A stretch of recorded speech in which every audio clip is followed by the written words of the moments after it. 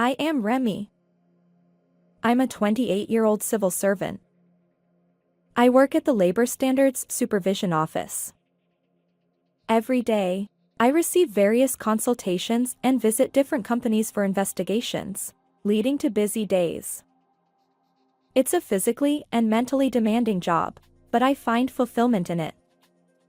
However, about a year ago, during an investigation at a certain company, I got involved in an unbelievable incident. This event was triggered by a consultation from a female temp worker at that company.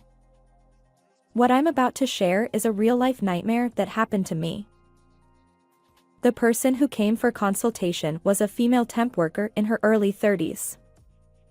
She seemed deeply troubled. Her complexion was pale, and she appeared extremely fatigued. Tearfully, she explained that she was being mistreated at her temp assignment company. Upon further discussion, it became clear that the 50-something manager, who was her workplace superior, had a tyrannical personality. He engaged in insidious harassment against employees he disliked, particularly targeting non-regular workers like temps and part-timers. His verbal abuse was routine, and he treated these employees as if they weren't even human. He'd say things like, "Temps are like livestock," or "they're just brainless bottom feeders," and would assign tasks beyond their contract obligations, even forcing overtime. Oddly enough, despite being the one who exploited others, the manager himself was often absent. He'd casually announce in the morning that he was going out for fieldwork and then disappear until evening, leaving everyone waiting. Witnesses reported seeing him napping in his car or engaging in leisure activities during work hours. When he finally returned to the office, he'd instructed subordinates to work overtime while he left promptly at regular hours. What's more, despite holding the position of manager, he was remarkably incompetent. He frequently made mistakes, yet never acknowledged them. Instead, he blamed his subordinates for his errors, maintaining a nonchalant demeanor. Many employees had left the company due to their inability to tolerate this abusive boss. New graduates barely lasted a year, and temp workers quit almost immediately. The workplace perpetually suffered from understaffing. Upon hearing her story, I wondered why no one had reported such an egregious boss to the company's higher-ups before quitting. If he were merely subtly harassing people behind the scenes, that would be one thing, but his behavior was blatant workplace bullying. Despite this, he remained in his managerial position without any consequences, which baffled me. According to the female temp worker, the manager would threaten departing employees. "If you dare report me to the CEO or the temp agency, I'll spread nasty rumors about you among all the industry peers I know." Indeed, when faced with such threats, even innocent employees who haven't done anything wrong might become fearful. The cunning manager is capable of anything against those who oppose him. He could spread baseless rumors, ensuring they never find employment again. That's why the manager's misdeeds remain hidden indefinitely. Everyone suffers in silence. I've reached my limit too. The woman tearfully confided. A few days after receiving this consultation, I visited the temp workers' company. This time, it was an unannounced inspection, what we call a surprise investigation. Given the nature of the complaint, which hinted at illegal long working hours and overtime, I was curious about the manager himself. Soon, I would personally witness just how wicked he truly was. Upon arriving at the company, I was surprised. Expecting a gloomy workplace due to the terrible boss, I found the opposite. The building was new, the office had a bright atmosphere, and there was even a spacious employee cafeteria. After admiring the workplace, I headed to the reception desk to introduce myself as a labor standards inspector. The receptionist promptly called the HR department, but unfortunately, the responsible person was busy with other visitors. So, I waited near the cafeteria menu, hoping the HR representative would arrive soon. After a few minutes, a middle-aged man approached me. Initially, I thought he might be from HR, but he seemed more interested in entering the cafeteria. I stepped aside to avoid blocking his way, but then he unexpectedly stopped right in front of me. His gaze scrutinized my face, and he asked, Who are you? Haven't seen your face before. Are you a new temp worker? I reached for my business card to introduce myself, but before I could, he blurted out, It's quite audacious for a temp like you to use the employee cafeteria. It dawned on me. I was still in my 20s, and my appearance could easily be mistaken for that of a temp worker. But then, I realized something crucial. The fact that he openly looked down on temp workers likely meant that this man was indeed the problematic manager. Curious, I glanced at the ID badge hanging from his neck, and as expected, it confirmed my suspicions. He was the very same manager the woman had complained about. Although I had hoped to meet him at some point, I never expected to encounter the manager face to face just before the investigation. It caught me off guard. However, since this was a rare opportunity, I decided to ask the manager directly, Does this company have a rule prohibiting temp workers from using the employee cafeteria? The manager's mood seemed to sour, and he retorted, What? What nonsense is this? His sharp gaze bore into me as he continued, There's no such rule. Those lowly temps have no right to dirty our employee cafeteria. Then, unexpectedly, he snatched a bowl of soup from an employee who was dining near the cafeteria entrance and hurled it at me. I was so startled that I couldn't react, just stood there dumbfounded. Thankfully, other employees and cafeteria staff rushed over, offering towels to clean up the mess. By then, my suit was soaked from head to sleeve with soup. I couldn't believe he'd thrown soup at me out of nowhere. Trembling with shock and anger, I wiped my wet face and clothes with the towel. The manager smirked and said, This is what happens when a temp worker gets too cheeky. His words ignited my fury. Regardless of the misunderstanding, mistreating temp workers who shared the same workplace was unacceptable. I thought to myself, enough is enough. I won't hold back anymore.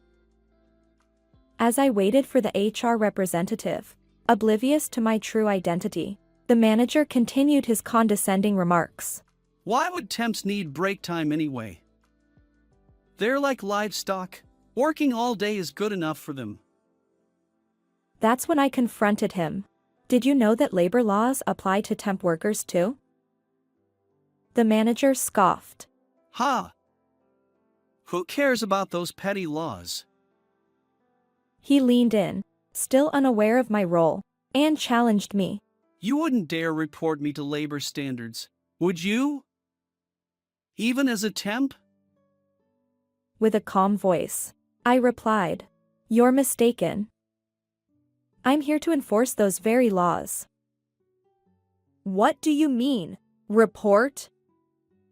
I'm an inspector from the Labor Standards Supervision Office, I said. The manager blinked in surprise. But then he regained his smirk and retorted, Oh, come on! A mere temp worker spinning tall tales? Ridiculous. I held my ground. No, I'm not a temp. I'm a labor standards inspector. I thrust my business card in front of his face. The manager's expression turned ashen. Just then, the HR representative rushed over. Sorry for the delay. The manager stammered, seemingly at a loss for words. I left with a simple statement. I'll be reporting everything that happened. Guided by the HR staff, I finally entered the conference room and began my investigation. Reviewing time cards and payroll records, interviewing employees, I uncovered the truth. This company indeed forced illegal overtime on its workers, and the culprit was none other than the infamous manager. He'd accuse employees, Missing deadlines is your incompetence. and he'd make them work beyond regular hours. Some brave souls asked, Do we get overtime pay? but the manager dismissed them. This isn't overtime. It's your incompetence. Then he'd leave promptly, avoiding any paper trail. Apparently, he sometimes made them work until late into the night. No overtime pay, just unpaid service hours. And the temp workers suffered, denied proper breaks, burdened with extra tasks beyond their job descriptions. Even the employee cafeteria, meant for everyone, became off-limits due to the manager's harassment. So, they ate at their desks, interrupted by the manager's relentless demands. Of course, the temps grumbled about the manager's behavior, but he'd threaten. Cross me, and I'll terminate your contract. Most quit voluntarily, unable to bear it. And the most absurd part? The company's top executive, the president, was blissfully unaware. The news that someone from the Labor Standards Supervision Office was coming must have caused quite a stir. The president joined the meeting midway, allowing me to hear the conversation directly. The president had entrusted the fieldwork to the manager, believing in his competence.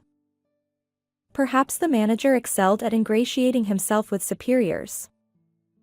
Shockingly, the manager had even discussed a promotion. Although that's certainly off the table now due to recent events, he had exploited the president's trust to mistreat employees for a long time. How many people had suffered due to the manager's actions? It's hard to fathom.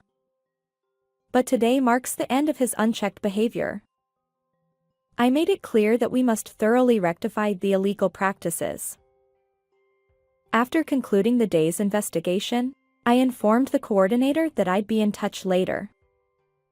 Over the years, I've encountered various companies, but few bosses have been as despicable as this manager. With a sigh, I headed toward the company entrance. However, just as I approached the automatic doors, something unexpected happened. The manager, drenched in sweat, chased after me. I had no desire to see his face again, but he blocked my way, insisting. My sincere apologies for earlier. I stepped back, and other employees glanced our way. The manager continued, unfazed. I had no idea you were from the Labor Standards Supervision Office. I deeply regret my rude behavior. His trembling voice and sudden change in demeanor left me dumbfounded. Only moments ago, he'd looked down on me as a temp worker. Now, he groveled, trying to appease me. Perhaps he finally recognized his incompetence and maintained his self-esteem by belittling those in weaker positions. I responded coldly. It's too late for apologies now. Expect strict guidance soon. Please cooperate accordingly. The manager stammered. But... Undeterred, I added. And incidentally, I'll be filing a formal complaint. His eyes widened. a complaint? I explained. Your actions qualify as assault under the law. You intentionally scalded me with soup. Whether I'm a temp or a labor standards inspector, such behavior is unacceptable. The mention of the assault left the manager trembling. He pleaded. Please, spare me from involving the police. Despite his pale face and repeated apologizing, I remained unyielding. You've tormented countless people by abusing your position. reflect on your actions, and make amends. With that, I left him behind, heading out of the company. Upon returning for further investigation, I learned that the manager had already resigned. Apparently, his numerous transgressions, forcing overtime, among others, had led to demotion, but not dismissal. Desperate to cling to the company, he'd realized he had nowhere else to go. However, my complaint led to his arrest. Although he received probation, he couldn't stay at the company any longer. Reluctantly, he submitted his resignation. Attempting to find new employment, he faced rejection due to his age and criminal record. Now, he works as a temp laborer in a factory, barely scraping by. The irony isn't lost on me. The manager, who once looked down on temps, likely faces a younger boss's wrath now. Meanwhile, the company has improved working conditions, paid overdue overtime, and fostered a vibrant atmosphere for both regular and temp employees. Despite the unexpected trouble, knowing that more people are smiling at work brings me relief. I'll continue giving my best in this job. How did you like this story? If you enjoyed it, consider subscribing to our channel. Until next time.